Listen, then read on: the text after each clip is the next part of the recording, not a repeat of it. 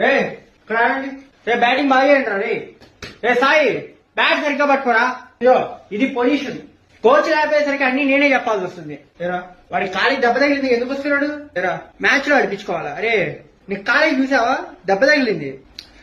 నాకు తెలుసురా, నువ్వు ఆడటం నీకు కలని నాకు తెలుసు, కానీ నీకు కాలికి దెబ్బ తగిలింది. జరగరాని జరిగితే మీ ఇంట్లో వాళ్ళని నేనేం చెప్పాలరా సమాధానం? రే మెయిన్ మ్యాటర్ అది కాదురా, నా బెస్ట్ ఫ్రెండ్ రా. నిన్నెందుకురా బయాసులుగా ఉంటాను? అలా మాట్లాడక. నేను నా బెస్ట్ ఫ్రెండ్ రా. అరే ఇక్కడ ప్రతి ఒక్కరిని అడుగు, నీ బెస్ట్ ఫ్రెండ్ ఎవరంటే నేనే అంటారు, నా బెస్ట్ ఫ్రెండ్ ఎవరంటే నువ్వే అంటారు. ఎప్పుడు అలా మాట్లాడుకో. ఈ స్టేజ్ లో నువ్వు ఆడలేవురా, పెద్ద ఇంజూరీ అయితే ఇబ్బంది అవుతుంది. వెళ్ళు రెస్ట్ తీసుకో. నెక్స్ట్ టోర్నమెంట్ మనకుంది, ఆ టోర్నమెంట్ లో ఖచ్చితంగా తీసుకుంటాను రా. యారా కోచ్ కి నేనే చెప్పాను. అరే కాలర్ పట్టుకుంటే ఎలా రా? రే నాకు తెలుసురా, కానీ మన లక్ష్యం కన్నా కొన్నిసార్లు మన హెల్త్ ఇంపార్టెంట్. ఈ మ్యాచ్ కాకపోతే నెక్స్ట్ మ్యాచ్ లో ఆడతావు, కానీ నీకు ఏదైనా జరిగితే మీ ఫ్యామిలీయే కదరా, నేను తట్టుకోలేను. చేస్తా. బెస్ట్ ఫ్రెండ్ రా వాడు, ఇలా మిస్అండర్స్టాండింగ్ చేసుకుంటున్నాడు. వాడి గురించి కదరా, వాడికి ఎవరినైతే నేను తట్టుకోగలరా. ఓకే రే జాగ్రత్త రా, తిడుతున్నాడు. Let's go boys, next match మనం ఎలానే గెలవాలి.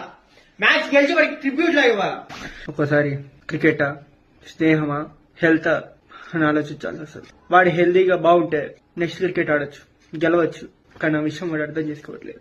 వాడికి ఎంత బాధ ఉందో తీసేశాడని, నాకు అంతకంటే ఎక్కువ ఉంది. కానీ ఏం చేస్తాం, జరగడానికి జరిగితే అప్పుడు ఇంకా ఎక్కువ బాధపడాలి. ఐఎమ్ సారీ రా.